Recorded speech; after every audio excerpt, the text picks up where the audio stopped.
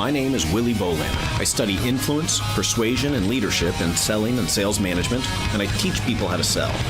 In this podcast, we'll talk to some of the world's top sales leaders and see what we can learn from them. Welcome to the Sales Lab. This episode of the Sales Lab is brought to you by the 2021 National Collegiate Sales Competition, a virtual sales recruiting event and role-play competition happening March 5th through 8th, and hosted by my undergraduate alma mater, the Coles College of Business at Kennesaw State University, just north of Atlanta, Georgia. Let me read a little bit from their website. The National Collegiate Sales Competition, or the NCSC, participants come from the most elite sales programs from universities around the world. The exceptional education, training, and faculty have collaborated to develop the next generation of sales leaders. In fact, I'm told there will be about 72 schools sending teams to this year's event, with each of these schools sending multiple student representatives. In other words, this will be a huge source for job candidates. What does it mean for you? Well, if you're a company looking to hire top sales talent, you need to be involved in this. I should point out that in addition to their main event in March, the NCSC will also hold a preliminary virtual career fair on February 12th. So there are plenty of ways to get involved and find the right salespeople for your organization. Visit www.ncsc, as in National Collegiate Sales Competition, -KSU, as in Kennesaw State University.org for more information on how you can get involved. Your competitors might be there, so why not you? Welcome to the Sales Lab. Today's episode begins a 3-part series with Alex Homer from the Tom James Company. I've known Alex for quite some time. He's got a lot of great things to say. If you're not familiar with Tom James, in my estimation, they're one of the best sales organizations out there. In fact, if I were starting a company, I've told this to them on several occasions. If I were starting a company and I needed to hire some salespeople, I would probably try to scalp some of their salespeople away from them. They've got really great training and development, and I think set a really good example for a lot of other organizations to attempt to emulate. Anyway, in this episode, we're talking a lot about COVID, adapting to COVID, how it kind of felt during 2020 that somebody had changed the rules of the game quite abruptly, what has been affected, what hasn't been affected with regard to selling, how they sell a very tangible product using virtual, intangible media, and what customers are doing to adapt and what salespeople are doing to adapt. Thanks for tuning in. Hope you get a lot out of it.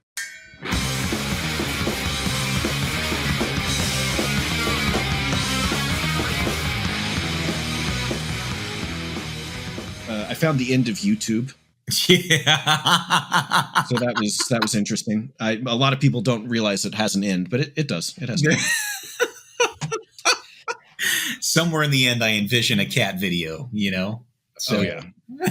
Yeah, and just says, sorry, all out of cats, all out of, people at the beach falling off of things or whatever. So, Alex, you're with Tom James. What is your official title? My official title is a senior sales leader. Okay. I'll tell you what I think you guys do, and you can say yeah or no, not at all. So to me, you guys are sort of like this very hardcore person-to-person outside sales organization. And when I think about what you do, it absolutely requires, in my mind, you to be in front of people, to be interacting with people, to be 3 feet away from somebody, to be in their face, to let them touch and feel the product. And you guys essentially make custom clothing. So it's sort of experiential and people want to try it on and see what it feels like. And I am dying to know how you guys, selling such a physical, tangible product, have been managing during all this COVID. Well, we are absolutely a direct selling company. And in the 54 years that we've been in business, our business model has been predicated on the practice of getting in front of our busy gentlemen and ladies clients at their convenience, whether it's their home or their office. And in the onset of COVID, we have really allowed ourselves to evolve our business model. And what was revealing is not anything that's earth-shattering because, let's face it, we have a subset of the business market that typically buys things online. I mean, look at Amazon and how successful they've been. And if you were to poll the customer about their experience with making purchases online, it's not because they had a salesperson bridging the gap between a picture and a transaction. They really did the entire process on their own. And so with what we do and the service that we provide, we just decided that, hey, we've been doing this way for the last 53 years doesn't mean that it's not time for us to evolve our business model so we can make it an enjoyable and simple experience like purchasing online, but we can add the human touch element to the process by engaging on a one-on-one consultative basis, but doing it virtually and not in person. So I would say in large part, we're doing a lot better than we deserve to be just because we've been able to adapt really, really quickly to the world that we live in now, where people are eager to see somebody, but not eager to see somebody, if that makes sense. Yeah, absolutely. So let's do this. Can you walk me through maybe a typical week from right before COVID, what you and your sales reps would be doing under normal circumstances, and then how that's changed as a result of the quarantine? Absolutely. So like most sales organizations, we are an organization that is individuals seeking to accomplish a team objective. And every single salesperson has their sales targets. And in the office, we have our sales reps, we have our sales leaders, and we meet every Monday, Wednesday, and Friday morning for a morning meeting for 30 minutes. And we do training, we do product knowledge, or we'll have some sort of a motivational meeting. We do it at the start of the day. We disseminate any important information, and then we are off as individuals to see our appointments. And so on an average, day, Monday through Friday, we have the morning meeting. It ends at 8 a.m. And then you're off and running to your appointments, typically between 8 and 3, or, in my case, typically 8 to 5. And with a phone block squeezed into the day, typically from 3 to 5. So you're typically seeing anywhere between 5 to 7 people on an average day. And then you'll have a debrief with the group at the end of the day, specific to how was your day? What were your results? And then we break for either evening appointments or finishing up details, and then you leave. And so that is pre-pandemic what the schedule is Monday through Friday for most reps at Tom James company-wide, not just in Houston. And so since then, obviously, we've had to do all of our meetings virtually. And in the beginning of the pandemic, because we are in Houston, and as you know, Texas opened considerably earlier than perhaps a Los Angeles, a New York City, or some other cities, we did most of everything of what we do from your kitchen table. That includes the morning meeting, that includes your client consults, and it includes your phone block. And that went on for about 6-7 weeks. And then as things kind of eased up and we started to reopen, it became somewhat of a balance between virtual and in-person consultations. And I can't speak on behalf of other markets because Texas, being more conservative economically, we opened quite fast. And so we were back at it, I would say the early to mid part of May, and have been since. Okay. However, you will have some clients that are a bit apprehensive on seeing people in person. So people are still conducting their visits virtually, but there are people that are seeing others in their office or in their home during this time. Okay. And what is the difference between running a face-to-face meeting and running a virtual meeting? I mean, how do you have to adapt to that? That's a fantastic question. What I have found is in a face-to-face meeting, the product really does sell itself, because people can see things in a more tangible way. What I have found with going virtual is I was spending a considerable more amount of time on the front end, preparing for my appointments, preparing better dialogues, being a little bit more descriptive about the product so that people are more able and apt to get a sale or to make a purchase virtually, so to speak. Willie, can you do me a favor? Yeah.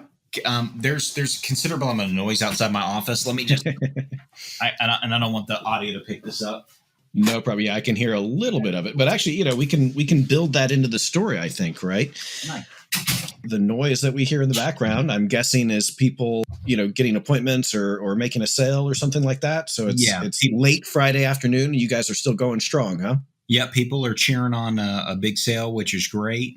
In an environment where people are usually out of the office all day, every day seeing clients, and now that we have a little bit more in-office interaction, it helps keep the motivation up. That's interesting. Yeah, maybe so a little bit of an unforeseen benefit of having to do this more virtually. Yes, absolutely. Are there any other unforeseen benefits? The great unforeseen benefit, as you can imagine, being a field sales rep, you just think about the considerable amount of resources that it takes to operate that way. I am a high producer at Tom James, and it's not uncommon for me to drive between 48 and 55,000 miles a year. And when you factor, depending on the kind of car that you drive, you figure 3 to 4 tanks of gas a week times 4 weeks in a month, and you've got a pretty considerable gas bill at the end of the year and through each month. So an unforeseen benefit is by doing these things virtually, you can actually compress your appointment times. You can take them from your kitchen table. I've had a Zoom call from the pool at a hotel. I've done it at a truck stop, and it made no impact on the effectiveness of the appointment. And so I am not driving nearly as much as I used to. I'm not putting the wear and tear on my vehicles as much as I used to. And my business expenses at large are considerably down because of that. And so that's become a very useful, effective way to compress time and increase productivity. Well, that's interesting. And, not even to mention the fact that it's stressful to be in traffic and all of these things. I guess the mental wear and tear of having to fight for parking places and all of these things. Well, what people don't understand is when you're behind the wheel and you have so much of that windshield time, it can take a toll on your body. It can take a toll on your mindset, and it can actually have negative implications on the appointment because you're not in the moment. You're still frazzled because you're running late, or it took you too much time to find the parking spot and you're frustrated. And so I just find myself a little more at ease these days because it's not the rat race that it used to be. And that's been an unforeseen benefit from doing things virtually. Interesting. Okay. Any other surprise benefits? Another surprise benefit, it really is in the beginning when your business model is predicated on pressing flesh and face-to-face interaction. We have come to find out that people are really receptive to making purchases this way. Custom clothing is a very intimate, somewhat detail-oriented process, and our IT department was already in the works to try and streamline this from an e-commerce perspective, not to mention our presentations. But it's been a pleasant surprise that our clients were pretty soon after the onset of the COVID shutdowns, very receptive to purchasing clothing this way. And so we're able to see clients, we're able to do virtual fittings with clients, and it's not forced us to reinvent our business model. It's just forced us to evolve it. Well, that's good. That's good. And then, of course, I need to ask about the surprising benefits. We should probably ask about the downsides. What would have been some of the unpleasantries? So, for example,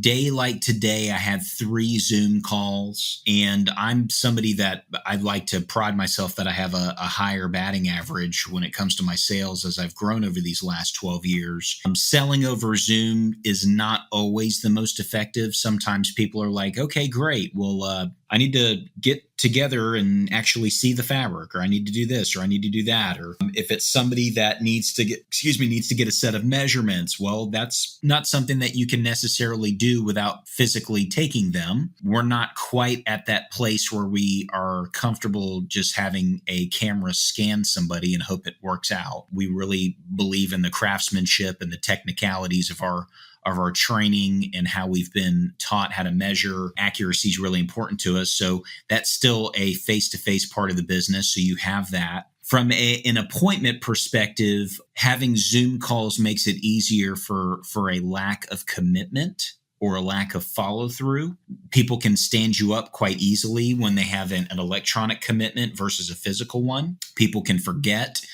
People can have technological difficulties, which makes that process a bit of a challenge. And so today, you have 3 Zoom appointments and, I was 0 for 3, and that's not common for me face to face. So my batting average is a little different with doing things virtually, but that's not necessarily a function of it not working. It's just, you got to account for the averages changing when the buying atmosphere is completely different. Yeah, for sure. Well, and the second downside that you just mentioned is kind of the first thing that comes into my mind, right? That just like anything over the phone, right? If you take away the sort of social pressures that force us to sometimes be polite to one another and follow through on expectations, you take those things away by doing it virtually or over the phone, you could wind up with a lot of sort of lingering opportunities that just never came through.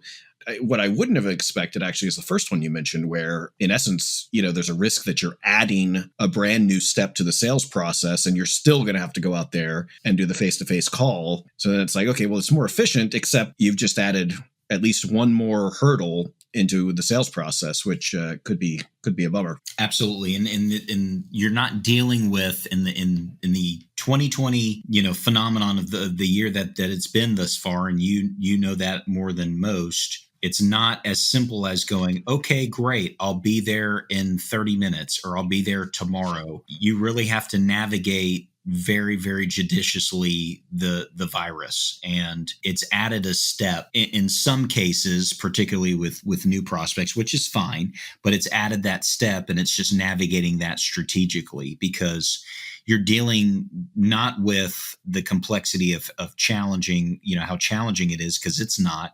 You're dealing with people's legitimate concerns for their well-being. And we have so many safe practices and safeguards in process so that we keep ourselves safe, keep our clients safe, but you're still going to have to deal with the uncertainty and concern and fear that your prospects and clients have with actually meeting people. And so, I saw a client last week, he placed an order back in March. Well, he's not been very comfortable seeing anybody until last week. And he needed to get some updated measurements. And so it's a rare circumstance, but it's a circumstance that we're willing to work around because we want our clients to be comfortable. And when they are, then we are. And so, but if you'd asked me in 2019, hey, this client's going to make a purchase in March and they need to get measured 5 months later, I'd have said that's an impossibility. But that's the reality of the situation in 2020. Now, I have to wonder if there's a difference between someone who's established like you, who's maybe calling on an existing book of business, compared to somebody who's maybe brand new, who's doing a lot of prospecting and cold calling. And is there a difference between those two types of calls or types of sales opportunities in terms of moving it to the virtual selling? Very much so. With what we do, we're not selling brain surgery. We're not selling aortic valves. We're selling custom clothing, and you establish a long-term relationship with someone, and it really becomes a consultative process that you largely have autonomy in because it's based on a foundation of trust. When you're calling on new prospects and new clients, that trust has to be established because it's not there yet. It's not existing. So you call on your existing clients, and in a lot of cases, you are already picking their items out for them. You merely show them ideas and you find out what they're intrigued by and what they aren't intrigued by, and that's pretty much it. But with a new prospect, not only do you have to build rapport and build a relationship, but you have to build trust, but you're doing it in a virtual setting. So the environment is completely different between the two. The end goal is the same, but the atmosphere, the buying environment's completely different. And so what have you noticed either in your own personal sales or with your team? What have you noticed they have to do differently now that they can't be in person with the client? So with a change in practice always comes a new set of objections, challenges, things like that. And one of my old sales mentors told me that the best time to answer an objection is before it happens. And so with our clients, we've had to change our presentation, both in person and on the phone. We did a pretty decent amount of pre-screening on the phone before booking a face-to-face appointment. And now, whether it's a virtual appointment or a face-to-face appointment, we do even further pre-screening and we qualify the appointment further. So for an example, in 2019, we might say, hey, what might you be open to looking at when I come to see you? Would it be this aspect or that aspect? Now we say, great, what we're going to do is X, Y, and Z. The process is going to go this way, and this is how it's going to go. We never used to explain that before because it wasn't necessary. Yeah. People make assumptions about how that process is going to go. Well, the salesperson's going to come and show me clothing. If I say yes, we're probably going to grab a round of measurements. If I say no, they'll probably jump headfirst out of the window and we'll both move on with our lives. And now in 2020, they have to be educated on what the process looks like so that they know that it's going to be done properly, but it's also going to be done safely. And that's assuming that there's a match between us and them. Well, I actually like that a lot. I'm thinking about that in terms of a lot of different contexts, right? I mean, if I have a doctor's appointment, there's a big difference between them saying, all right, well, show up at 4:30 later, and them saying, okay, we'll see you at 4:30 on Friday. And remember, we're going to need you to see your insurance card because the one we have expired or something, and make sure that you have drinking plenty of water or whatever, that they give you some instructions, and it makes that follow-up task very clear. Thinking back to my days selling, to say, okay, Alex, well, I'm going to meet with you to talk about accounting services at 4:30. See you then. Well, I can get a lot more bang for my buck by saying, okay, Alex, we're 4:30, all the logistical things, sure. But when I get there, we're going to need to think about exactly how you're handling your accounts. And it's going to be helpful if you have a couple of documents with you, right? And instead of me just showing up and sort of surprising you, then you have a little bit of homework, more of the details of what's coming. That's interesting. I like that. And we do that just because it eliminates a lot of the objections on the back end. And so when somebody knows that we're going to be able to accomplish 95% of what we would in a face-to-face appointment on a virtual setting, then they already know, great, we're going to get all the way to the altar, and then we'll get married when the priest is there. We're taking a one-step appointment process and we're dividing it into 2 steps, but that second step is 5% of it. And we're really largely accomplishing the 95 on that virtual piece. And when you present it the right way, and the client understands that, it really is as seamless as doing it in one spot. Interesting.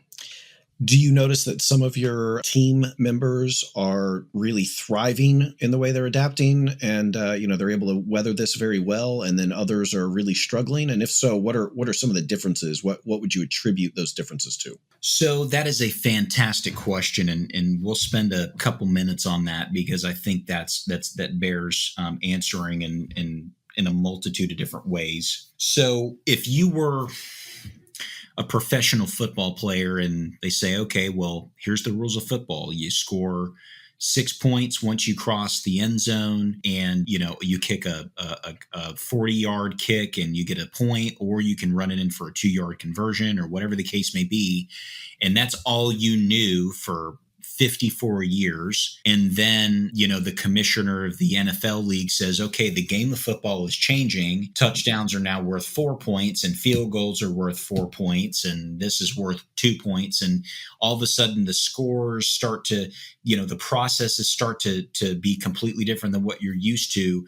There is a coping period that you have to go through because you're just wondering, well, I'm still doing the same game. I'm still playing it, although the rules are different. We're still selling the product we're just having to do it differently. There's this coping and adjustment period psychologically that you go through. And the people who short track that are the ones that really hit the ground running. And what we have seen within our organization, and like many others and theirs have, is you have some people who rise to the occasion on that really fast. They're just really fast adapters. And then you have some people who go through that coping life cycle and they drag a little bit through it. It's, well, why are we having to do it this way? I'm so used to it being in that way. And it was so easy. And are people even going to make purchases this way? Are people going to even see me? What's the rest of the year going to look like? And man, are people just going to stop dressing up? And are they going to go back to their office ever again? And it's like all of these emotions weigh on you. And we've had a considerable amount of people rise to the occasion, and it's been phenomenal. But we also have had some folks in our company that have struggled with that. And, you have to get to a place of acceptance really, really quick. And when you do, then you can pivot the obstacles, and they don't need to be complete, full-blown obstructions. They can just be little speed bumps that you navigate around. And to what do you attribute the people that are doing well and the people that are struggling? Is it something about their outlook, something about their upbringing, a personality trait? What do you see? Well, being in a sales career, particularly a commission sales career where it's really on you and you have to hold yourself exponentially more accountable, it doesn't create character challenges. It reveals them. And so you learn more about yourself during times of adversity than when things are going great. And so if you're somebody that adapts really fast, that's just kind of how you've trained yourself to be.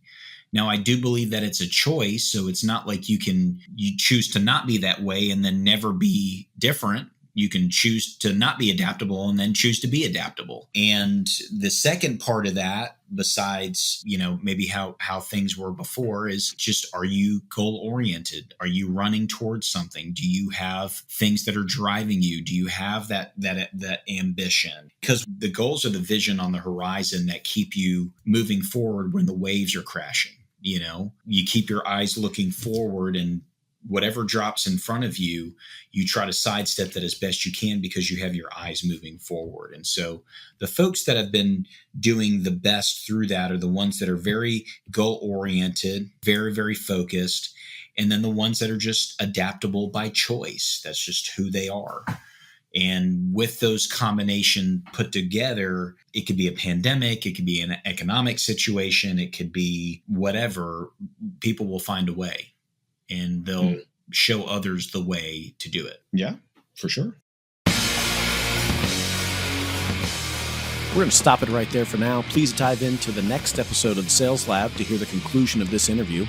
By the way, if you like what you've heard so far, be sure to subscribe and rate the podcast on whatever app you use to listen. Also, share this with your colleagues and friends, and let's continue to have a deeper discussion on all things related to selling and sales leadership. See you next time in the Sales Lab.